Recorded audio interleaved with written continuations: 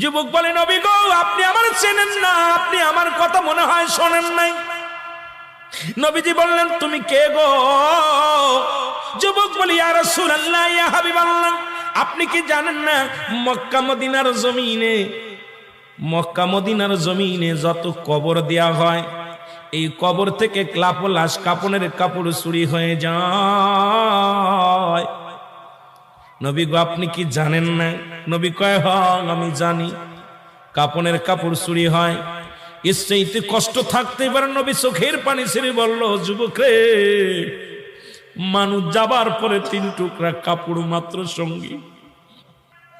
যুবক বলে, ইয়া রাসূলুল্লাহ, ইয়া হাবিবাল্লাহ, নবী গো, মক্কা মদিনার জমিনে যত কাপনের কাপড় চুরি হয়েছে, ওই কাপনের কাপড় চুরি করেছি আমি। নবী গো, আমি সেই যুবক, কাপনের কাপড় চুরি করা যুবক।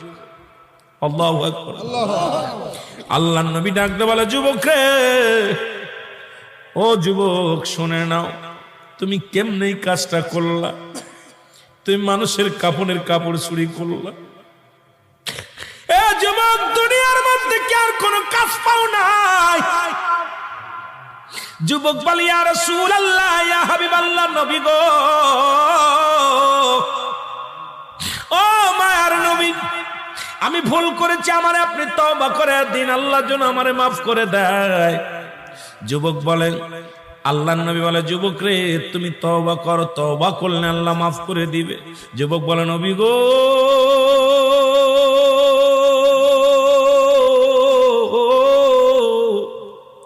আমার বিশ্বাস এই জমিনের মধ্যে আমি তওবা করলে আমার গুনাহ মাফ হবে না, কারণ আমি এত বড় পাপী, আমি এত বড় অপরাধী।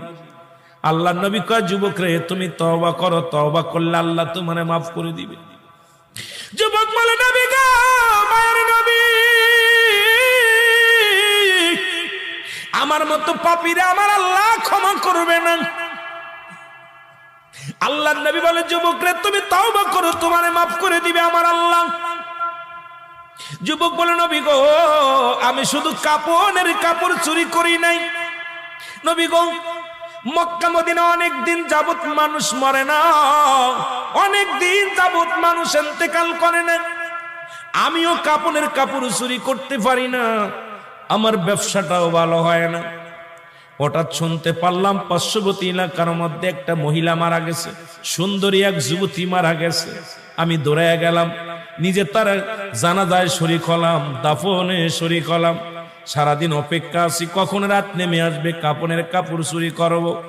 সব মানুষ যখন রাত্রে খাওয়া দাওয়া করে নির্জুম হয়ে গেল, আমি আস্তে আস্তে করে গোরস্থানে ঢুকলাম।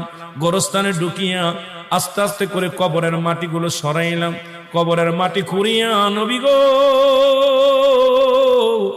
আল্লাহর নবী ডাকতে বলে, যুবক, তুমি কি শুনাইলা? যুবক বলে, মায়ার নবী গো,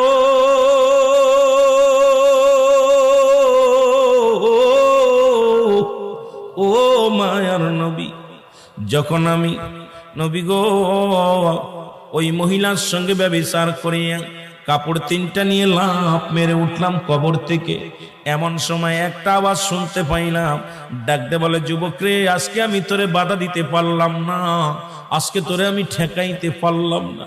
ও যুবক, আমার সনে অন্যায় করলি, জীবনে কোনো বেগানা পুরুষ আমার জীবনে আসে নাই, আজকে তুই আমার সনে অন্যায় করলি, আমি আল্লাহর আদালতে মামলা দিলাম, আল্লাহ যেন কোনদিন তোরে ক্ষমা করে না। জোরে বল আল্লাহু আকবার।